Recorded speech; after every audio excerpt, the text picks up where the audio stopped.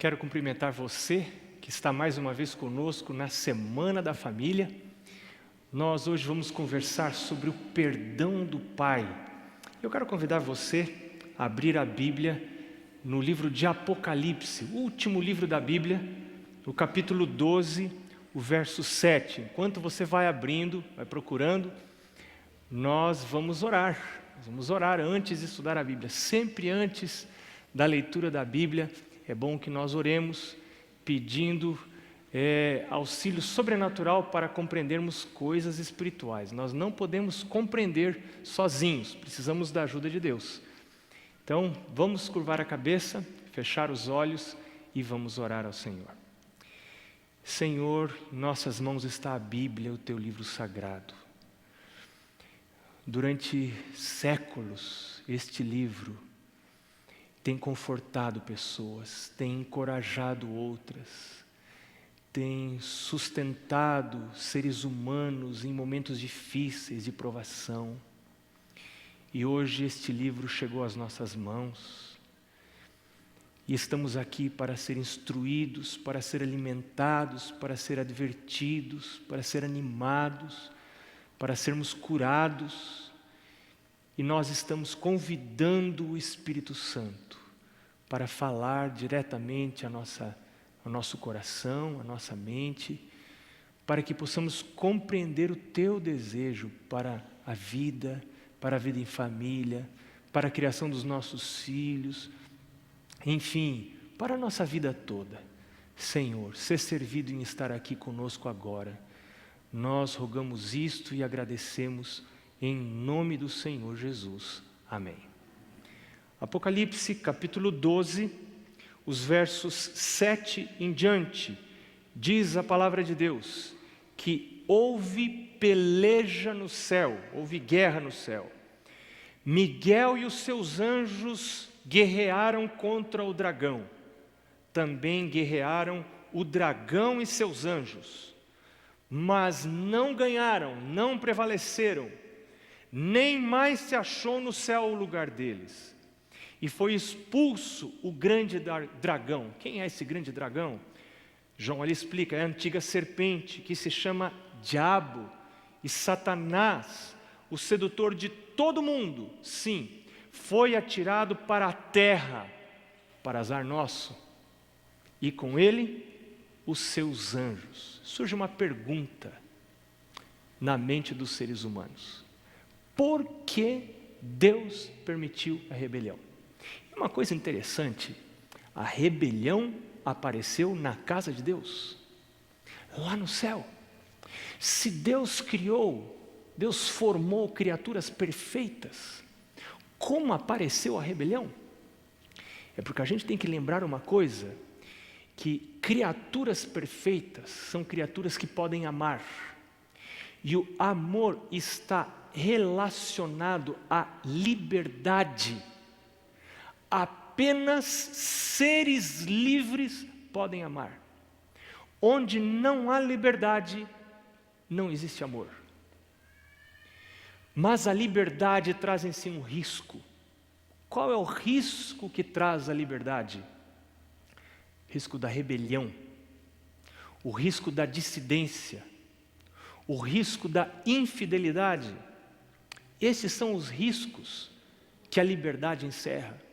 Mas Deus resolveu correr esse risco, foi um risco calculado, porque Ele poderia ter escolhido criar seres autômatos, não autônomos, autômatos, robôs, programados para serem submissos, programados para adorarem a Deus, mas isso não seria amor. Amor é uma escolha livre da vontade.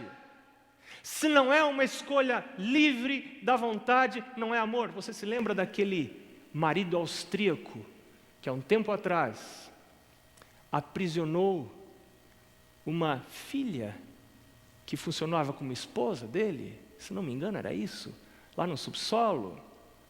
Esse homem era amado, esse homem era admirado, era gostado. Veja, onde não há liberdade, não pode haver amor. E Deus perfeito criou seres perfeitamente livres, mas a liberdade traz um risco. Ele poderia ter criado seres livres, mas ameaçá-los com o medo, com a truculência, com um sistema totalitário de controle das consciências. Mas onde há truculência, totalitarismo e medo, há obediência aparente apenas. A rebelião está latente, porque o medo é um péssimo motivador. E se eu tenho filhos, eu tenho que escolher qual será o sistema de governo da minha casa. Será um sistema totalitário, ou será o sistema usado por Deus para governar o universo? Um Deus que cria seres livres, autônomos, pensantes, que podem escolher, mas há risco. Há risco. Mas onde há totalitarismo, há rebelião. A rebelião está latente. As pessoas podem ser controladas por medo por algum tempo, mas assim que você vira as costas, elas se rebelam, elas se afastam. E foi isso que aconteceu.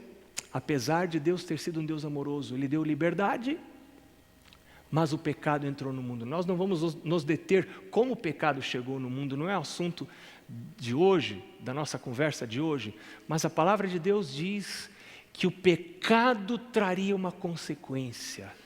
As consequências do pecado, a consequência do pecado é a morte. Morte é o afastamento da vida. Vida é Deus. Jesus diz: eu vim para que todos tenham vida. Afastando-se de Deus, veio a morte. Por isso, nossos filhos já nascem pecadores. Isso precisa ficar muito claro. Tem pessoas que pensam que as crianças nascem boazinhas, queridinhas, são anjinhos. Você já ouviu falar isso por aí, né? Mas que anjinho! E as pessoas pensam que uma criança que morre ainda pequenininha, ela morre e vai se tornar um anjinho. Mas não é isso que a Bíblia ensina. A Bíblia diz, e Davi compreendeu isso muito bem, está no Salmo 51, verso 5, Davi diz: de fato, tenho sido mal desde que nasci. E não só desde que nasci, antes de nascer, porque ele diz: tenho sido pecador desde o dia em que fui concebido. O momento da concepção é a hora que a célula do pai se une com a célula da mãe. Ele diz: nesse momento eu já era pecador. Isso quer dizer que o pecado está na raiz da nossa natureza. Você não precisa praticar uma ação errada para pecar. Dormindo eu já sou pecador. E os meus filhos nascem parecidos comigo, nascem pecadores. A Bíblia diz que o nosso coração é rebelde por natureza. Isaías 53 diz que todos nós andávamos desgarrados como ovelhas, cada um se desviava pelo caminho. E tem outra tradução que diz: cada um se desviava pelo seu caminho, em oposição ao caminho de Deus. Nós nos desviamos, todos nós, todos, diz Paulo em Romanos, não há nenhum justo sequer. Todos se desviaram, todos a uma se extraviaram e se fizeram inúteis. Não há quem faça o bem, não há nenhum sequer, veja, nenhum ser humano que tem carne, que tem osso, é perfeito aos olhos de Deus. Todos pecaram, diz a Bíblia, e carecem da glória de Deus. E ao trabalharmos com os nossos filhos, e ao educarmos os nossos filhos, e ao criarmos nossos filhos, e ao nos relacionarmos em família, nós temos que ter isso muito claro, essa noção da falibilidade, do erro inerente ao ser humano. A Bíblia diz, eu gosto muito desse texto de Romanos capítulo 8, versos 6 a 8, porque ele mostra que nós nascemos com um pendor. Paulo fala ali, o pendor da carne, quer dizer, a minha carne. Todo mundo nasce de carne, né? Carne e osso, nós somos carne e osso. E Paulo diz que o pendor é uma inclinação, né? O pendor, a inclinação da minha carne, dá para a morte, mas o pendor do Espírito dá para a vida e paz. Por isso, diz ele, o pendor da carne é inimizade contra Deus. Quer dizer, eu já nasço com uma tendência, uma inclinação. Não, eu não preciso fazer nada, não preciso fazer nada errado. Eu já nasço com uma inclinação de me afastar de Deus. E esta inclinação, ela vem por transmissão genética. Eu herdo do meu pai, que herdou do meu avô, que herdou do meu bisavô, e vai lá para longe até chegar em Adão. E a Bíblia nos ensina que apenas o esforço não muda a natureza. Tem pais que dizem: filho, mas você tem que agir diferente, se esforce. E a Bíblia diz que esforço apenas não muda a natureza. Olha o que diz Jeremias, que pergunta interessante. Ele diz: acaso o etíope mudar a sua pele, ou o leopardo as suas manchas, então poderias fazer o bem estando acostumados a fazer o mal? A obediência também não muda a nossa situação. Paulo diz ali em Romanos: ninguém é aceito por Deus por obedecer, por fazer o que a lei manda. Então, se o meu filho obedecer, a sua situação de pecador ainda é a mesma. Ele é apenas um pecador obediente, mas ainda é pecador. Isso é muito sério. O que Cristo fez para resolver esse problema? A Bíblia diz que o Senhor Jesus, o meu Jesus, o seu Jesus, tomou sobre si as nossas enfermidades. Ele foi traspassado pelas nossas transgressões e moído pelas nossas iniquidades. O castigo que nos traz a paz estava sobre ele, e pelas suas machucaduras, pelas suas pisaduras, nós fomos sarados. A Bíblia diz que Jesus promete nos dar um coração novo, porque esse coração velho com o qual eu nasci, ele é pecador, ele é rebelde, ele quer fazer o mal, ele tem inimizade contra Deus. E é por isso que o profeta Ezequiel, tomando a voz de Deus, diz: dar-vos-ei um coração novo. Eu quero dar para você um coração novo. Eu quero pôr em você um espírito novo. Eu quero tirar de você o coração de pedra, rebelde, desobediente, que não obedece a Deus, de pais e de filhos. E eu quero dar um coração sensível, um coração de carne. Eu quero pôr dentro de você o meu espírito. E eu vou fazer, olha lá na tela o que diz o texto. Eu quem? Deus. Diz Deus: não é você que vai se esforçar.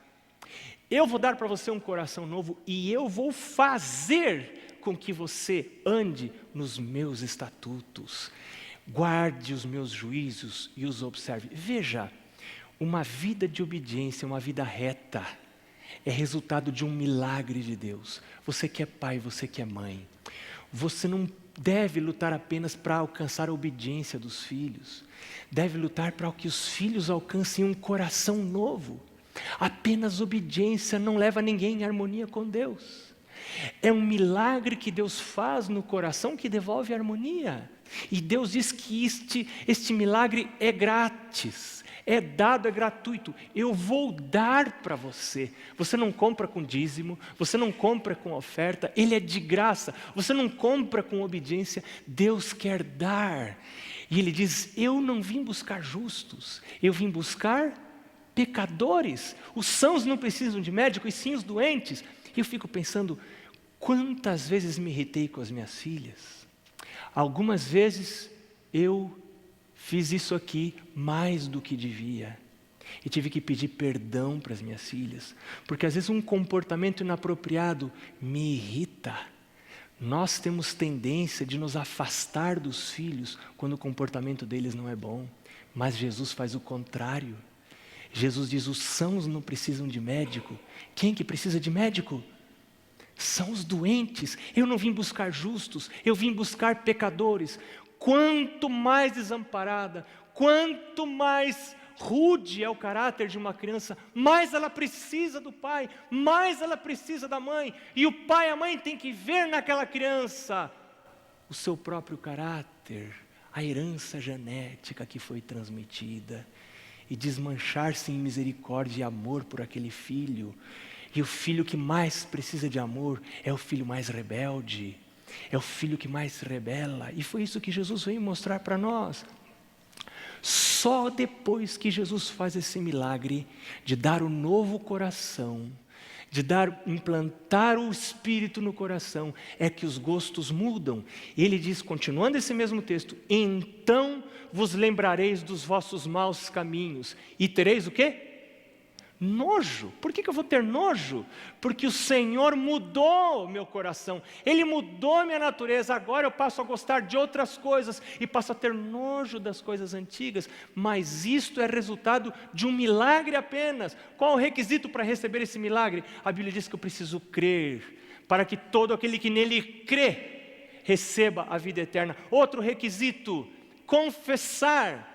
Se confessarmos os nossos pecados, Ele é fiel e justo para nos perdoar os pecados e nos purificar de toda injustiça. É muito importante esse requisito. O outro é pedir. A Bíblia diz, Jesus disse: pedi e dar-se-vos-á, buscai e achareis, batei e abrir-se-vos-á, porque todo aquele que pede recebe, e aquele que bate, abrir-se-lhe-á. Que coisa maravilhosa é a graça de Deus. Agora, o que leva alguém a mudar de rumo, gente? O que leva alguém a mudar de rumo é discurso. Senta aqui, meu filho, que eu vou ter que fazer um discurso para você. E o filho senta e revira o olho porque não aguenta mais ouvir a mãe e o pai fazer discurso. É discurso que muda o caráter.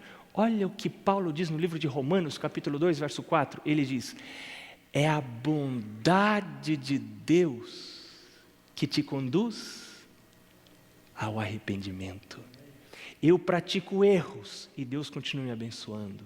Eu erro e Deus é bondoso. E Deus me perdoa, e Deus me ama, e Deus me protege, e Deus me cuida. E o meu erro fica ressaltado diante da bondade de Deus. Sabe quando um pai se irrita diante do erro de um filho? Esse pai cai numa cilada muito cruel, porque a irritação do pai diz para o filho que ele, filho, não é amado pelo pai. E quando o filho pensa que não é amado pelo pai, há uma ruptura na relação. E quando acontece essa ruptura na relação, o pai deixa de ter condição de influenciar o caráter do filho. E a coisa que mais Satanás deseja é causar ruptura entre as gerações, para que uma geração que tenha mais experiência não possa alcançar a outra geração. E Satanás se utiliza dos erros dos filhos para causar irritação nos pais. E quando os pais manifestam a irritação, porque às vezes a gente se irrita mesmo, mas a gente não pode manifestar a irritação. No livro Orientação da Criança, Ellen White diz que quando ela se sentia irritada, ela não fazia nada, deixava os filhos lá. Ela corria para o quarto e se ajoelhava e disse: Senhor, eu quero que meus filhos tenham domínio próprio, que eles se controlem, mas primeiro eu preciso ser controlada pelo Senhor. Porque se eu, a mãe, não tenho domínio próprio, como eu posso exigir dos meus filhos? Se eu perco a paciência com eles, como eu quero exigir que eles se controlem? E ela diz: só depois que Deus devolvia para ela o domínio próprio, o autocontrole, ela voltava lá para disciplinar os filhos. E a disciplina precisa ser amorosa, ela tem que ser firme, mas ela precisa ser amorosa, porque uma disciplina firme, com recrudescimento, com dureza, com irritação na voz, nas atitudes, ela diz para os filhos que eles não são amados, ainda que sejam. E eles acreditam. Sabe, tem uma história na Bíblia que ela exemplifica muito bem esses conceitos. O pai do filho pródigo. Esse pai manteve os princípios da casa. O filho pressionou para que os princípios da casa fossem mudados. Mas esse pai era um pai amoroso. E mesmo sendo amoroso, manteve os princípios da casa. Isso é difícil. Sabe, eu fui procurado por um pai, amigo meu. E ele veio me dizer: pastor, eu estou sofrendo muito porque o meu filho, sexta-feira à noite, quando nós estamos nos reunindo na sala para fazer o culto do pôr do sol para receber o sábado, o meu filho está tomando banho e pondo a roupa para ir para a balada. E o meu filho sai de casa, passa a noite na balada, e sábado, quando nós saímos para ir para a igreja, o nosso filho está chegando da balada e vai dormir. Pastor, eu não sei o que eu faço. E eu perguntei para ele: quem sustenta quem? Isso é muito importante. Quem mora na casa de quem? É você que mora na casa do seu filho? Ou é o seu filho que mora na sua casa? Ele disse, não, pastor, é meu filho que mora na minha casa. Eu sustento a casa. Eu disse, então, meu amigo, você precisa ter uma reunião com seu filho e explicar para o seu filho que a sua casa tem alguém que manda, e não é você. Um dia meu pai explicou isso para mim, porque eu precisava ouvir isso. Meu pai me fez sentar na sala, e meu pai disse, filho, nessa casa não sou eu que mando. E eu pensei, deve ser minha mãe. E aí o pai disse, e também não é sua mãe. Ufa. Bom, mas se não é o pai que manda, e não é a mãe que manda, quem que manda? Então meu pai explicou, meu filho, quando nós estávamos noivos, nós decidimos que quem iria mandar nessa casa seria Deus. Os seus princípios estão escritos. E aqui nessa casa, nós vamos viver os princípios de Deus. Você é um filho querido, amado. Enquanto você precisar, você vai ter a casa do Pai. Mas tem uma coisa, enquanto você viver aqui, você precisa viver os princípios da casa do seu pai e da sua mãe. E eu vou fazer uma promessa para você. No dia que você sair de casa, tiver a sua vida, ganhar o seu salário, tiver a sua casa, a sua família, eu nunca mais vou interferir nas suas escolhas, porque você é um adulto. Mas enquanto você estiver em casa, dependendo de mim, esses são os princípios que vão reger a nossa vida de família. Que opção eu tinha? Eu não tinha emprego, não tinha salário, não tinha dinheiro, a comida que eu comia era a comida que o pai dava. Eu não tinha outra opção. Meu pai disse, filho, aqui nessa casa, sábado de manhã, nós vamos à igreja. E a família toda vai junto. Não tem outra opção. Porque não fomos nós que escolhemos, não é a ordem do seu pai. Deus orienta na Bíblia que as famílias devem ir juntas. Essa é a orientação de Deus. Não é a escolha do pai, não é ranzinzice da mãe. E eu disse para esse pai, contei essa história, eu disse, você tem que chegar para o seu filho e falar essa mesma coisa. Ele coçou o queixo e disse, mas eu não posso, pastor. Sabe por que você não pode? Porque quando a minha esposa se batizou, eu fiquei anos afastado de Deus e fazendo a mesma coisa que meu filho está fazendo hoje. Agora, ele sabe de tudo. Como é que eu posso chegar e exigir que meu filho não faça uma coisa que eu fazia? Eu ia para as baladas e meu filho sabia. Eu disse para ele, pai, chama o seu filho e conte para ele que um dia Jesus alcançou você. E que um dia você fez uma escolha de submeter a sua vida a Jesus. E submeter a sua casa, a sua família para Jesus. E agora quem manda na sua casa não é mais você, é Jesus. E diga para o seu filho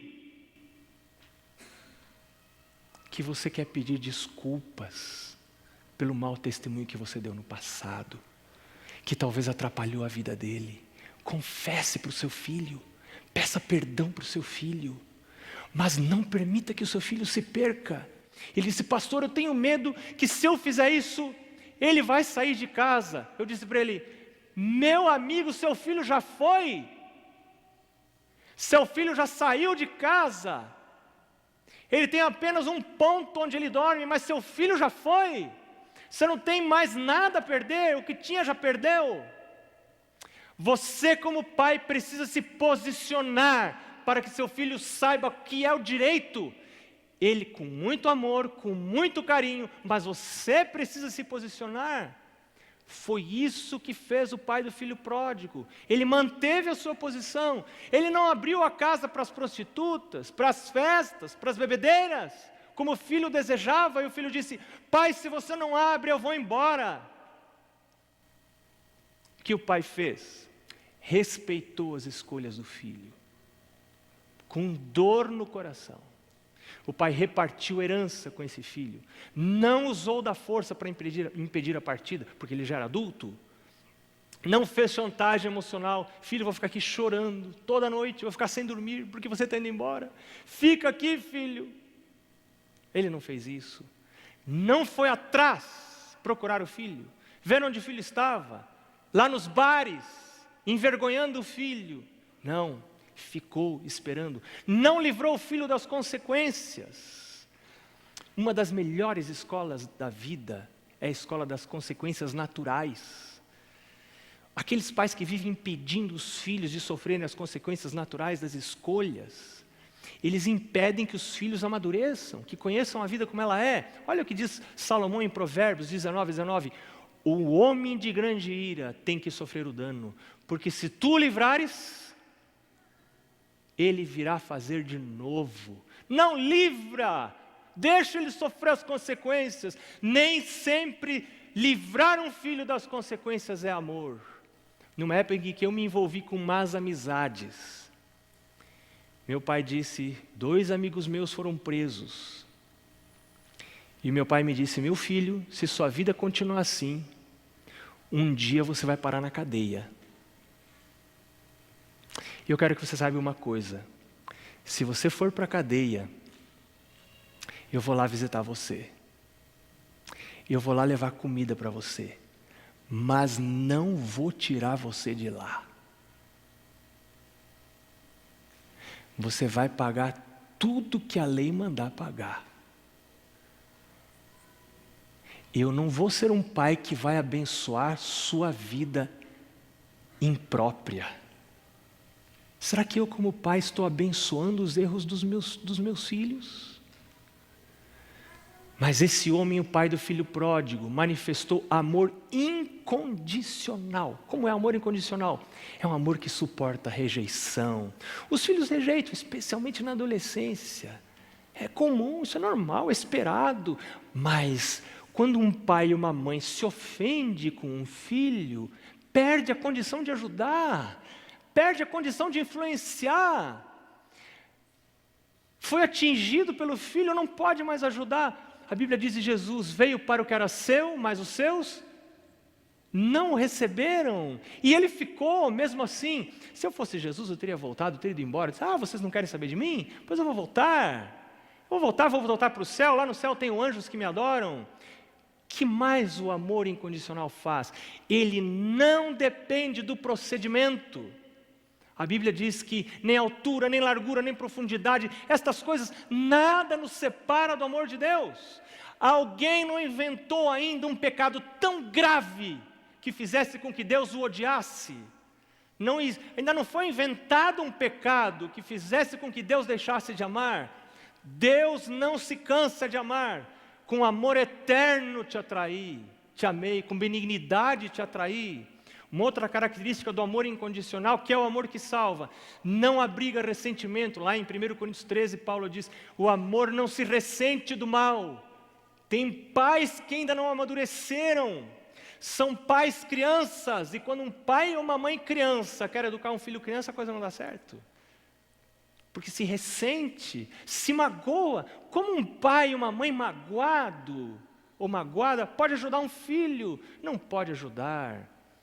O amor incondicional está aberto para receber, sempre que o Espírito Santo tocar no coração de um filho e o impelir para voltar. Jesus diz, aquele que vem a mim, de maneira nenhuma eu o lançarei fora. Sempre que um filho quiser voltar, ele tem que ser recebido, porque se eu fizer isso, estarei revelando o amor de Jesus para esse filho, amor incondicional. Lógico que minha tendência é dizer, você me tratou mal, agora não fala comigo. Mas eu estou cortando a ligação com o filho. Cortando a ligação com o filho, deixo de ter possibilidade de influenciar esse filho. E agora esse filho resolve voltar para o pai. Ele lembra do pai, do amor incondicional do pai, resolve voltar. E qual foi a atitude do pai?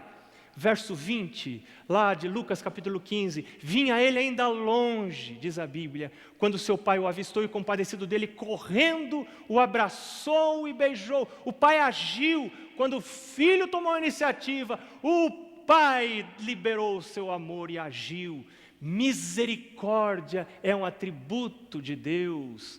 E esse pai teve misericórdia do filho. Outra coisa, esse pai não demonstrou vergonha do filho pelos seus atos. Quando esse filho veio voltando, todo andrajoso, sem roupas, as roupas rasgadas, mal cheiroso, sem tomar banho, uma aparência horrível, esse pai não se envergonhou do filho. Sabe, às vezes os filhos fazem coisas que são uma vergonha para nós pais. E a gente sente vergonha porque é humano. Mas quando a gente demonstra vergonha, a gente está dizendo para os filhos que está mais preocupado com a reputação da gente do que com a vida deles. E isso é egoísmo. Filho, não me envergonhe. Filho, tenha um bom procedimento porque você é filho de pastor. Isso não interessa. Tenha um bom procedimento porque você é filho do ancião. Isso não interessa. Tem um bom procedimento que você é filho do diretor da empresa. Isso não interessa. Eu devo ter um procedimento porque eu sou um filho de Deus. Vivo aos olhos de Deus. Os pais têm que estar mais preocupados com o futuro dos filhos do que com a sua própria reputação. E agora o filho confessa. A Bíblia diz que é a bondade de Deus que conduz ao arrependimento. E ele chega e diz para o pai: Pai, pequei contra o céu e diante de ti, já não sou digno de ser chamado teu filho. E agora o pai faz outra coisa linda. Se eu fosse o pai, eu teria falado alguma coisa dessas aqui. Bem feito. Agora você aprendeu? Eu não disse que não ia dar certo? Veja se não faz de novo, hein? Agora você vem para casa, eu dou roupa nova para você. Amanhã você está querendo ir embora de novo, meu filho? Que maldade de caráter do pai seria. O pai não lança em rosto, o pai o recebe. É o mesmo que Jesus faz. Jesus diz: eu mesmo sou o que apago as tuas transgressões, por amor de mim e dos teus pecados, meu filho, eu não te lembro. Tem gente que pensa que Deus sofre de amnésia. Mas então, Deus seria imperfeito? Porque se a Bíblia diz que Deus não se lembra, então é um Deus que sofre de amnésia? É um Deus que é imperfeito? Não, Deus se lembra muito bem, Deus tem memória. Mas isso é uma figura de linguagem, quando a Bíblia diz que Deus não se lembra dos meus pecados, quer dizer que Ele age como não se lembrasse. Perdoar nunca foi esquecer. Se você espera primeiro esquecer, para depois perdoar, você nunca vai perdoar. E o que é perdão? Nós vamos ver daqui a pouco. A Bíblia diz que o pai restaura o filho. Vai, veste a melhor roupa, põe sandálias nos pés, mata um novilho, porque esse filho estava perdido e foi achado. E o que é perdão então? Se perdão não é esquecer. Perdão é uma coisa maravilhosa. Quando alguém perdoa, se torna parecido com Deus. Quando alguém perdoa, está revelando o caráter de Deus. Sabe que o perdão é algo típico do cristianismo. No espiritismo, por exemplo, não há perdão. Aqui se faz, aqui se paga. E quando eu não perdoo, mesmo estando na igreja, eu revelo que não sou cristão.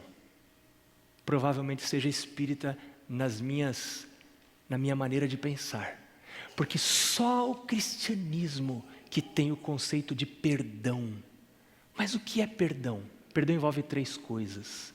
Primeira delas, quem perdoa assume um prejuízo. Teve um prejuízo? Teve. Não dá para negar o prejuízo? Não dá para negar. Teve uma dor? Teve uma perda? Teve. Eu só posso perdoar se eu assumir o prejuízo. Aquele filho saiu, levou metade da herança. Agora volta sem nada. O pai tinha metade das coisas.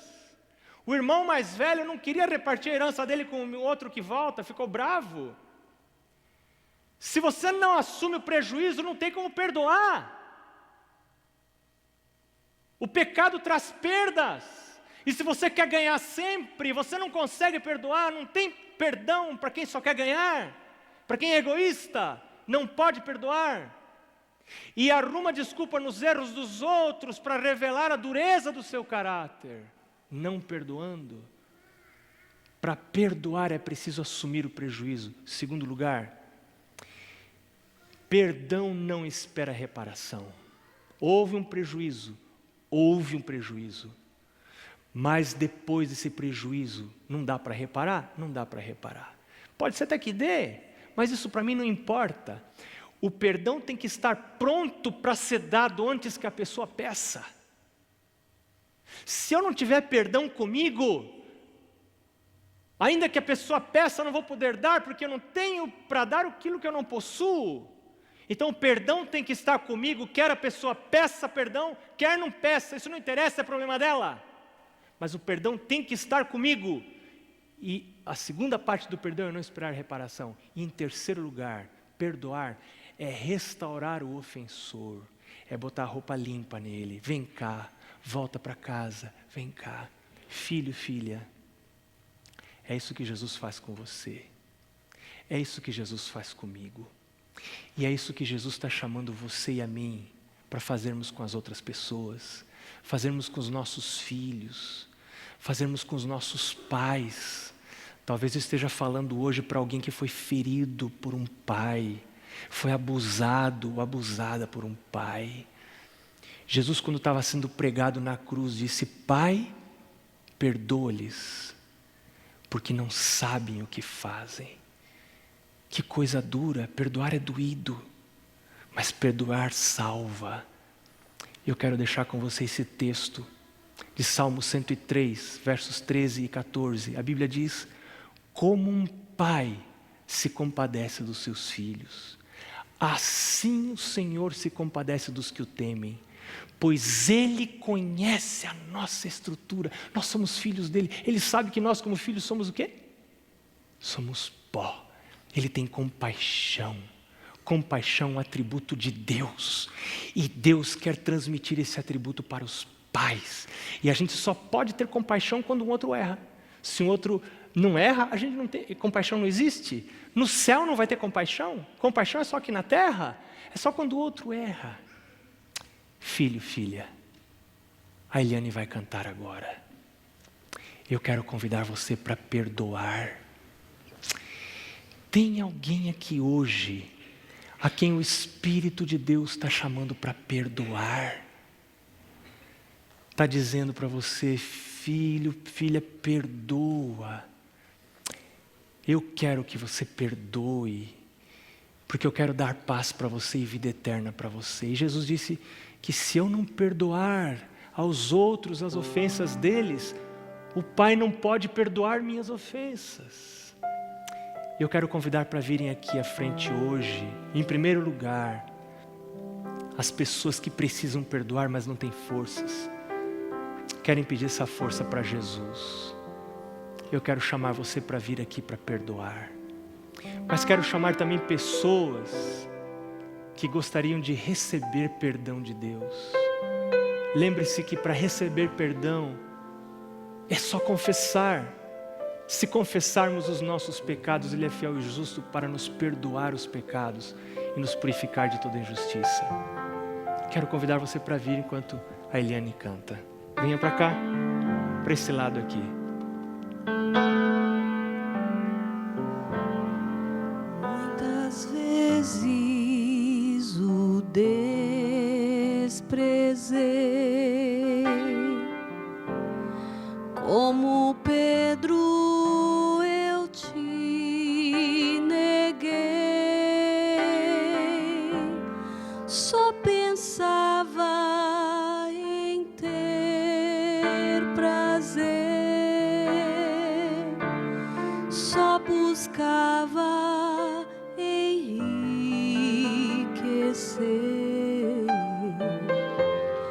Pouco a pouco a fé morreu e o orgulho me destruiu. Mesmo assim teu amor na cruz me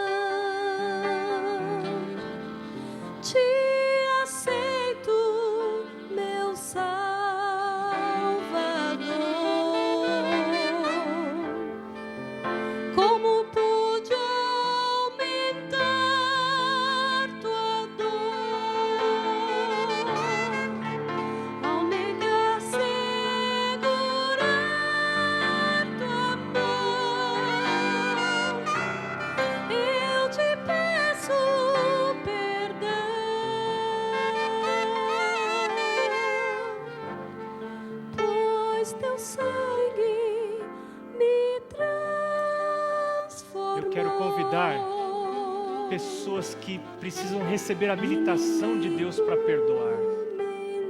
Quero convidar você para vir aqui. Aqueles pais, aquelas mães que querem receber o Espírito Santo para revelar esse amor de Jesus para os seus filhos, esse amor que salva. Eu quero orar com você. Quero convidar você para vir, para nós orarmos a Deus. Entregar os seus filhos nas mãos de Deus.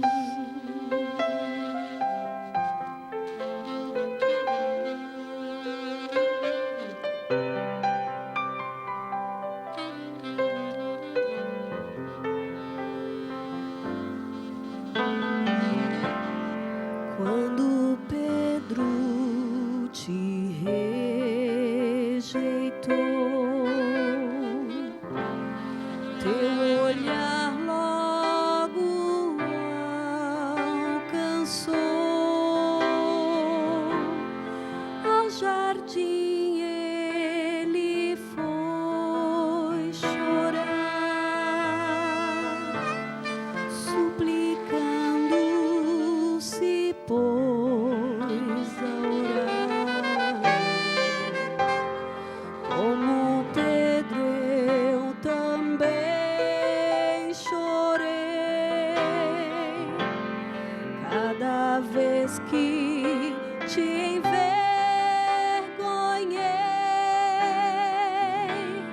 mas agora eu sinto os meus com as marcas da salvação.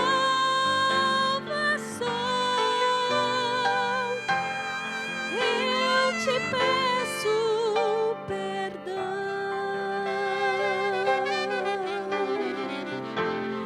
te aceito, meu Salvador.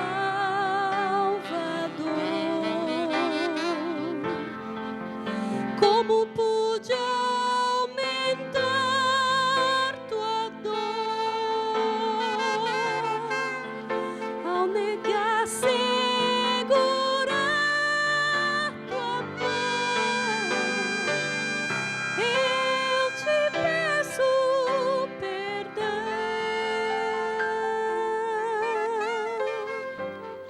pois teu sangue me transformou, do inimigo me libertou. Te entrego meu coração,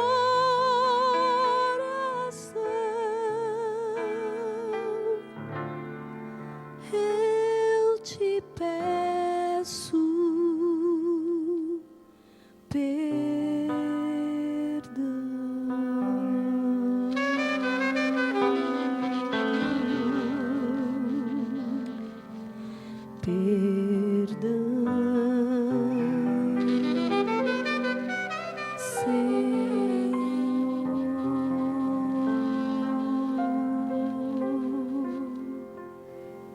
Quero convidar você para orar agora.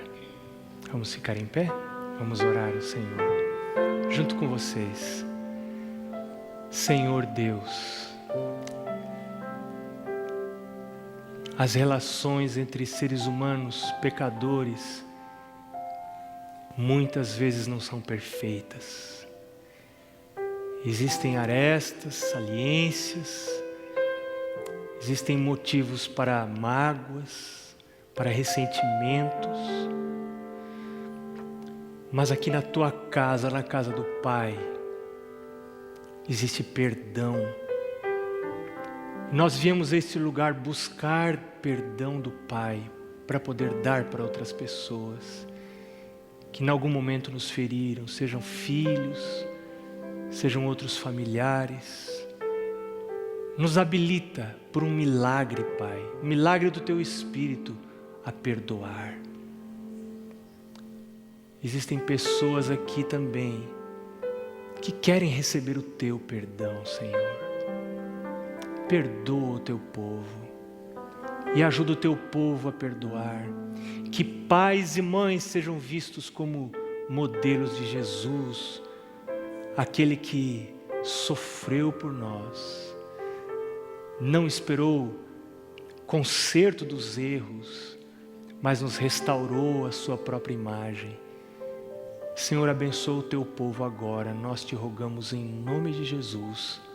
Amém. Que o Senhor abençoe você, esteja com você, e amanhã estamos neste mesmo horário aqui para mais um encontro na Semana da Família. Um abraço e até lá.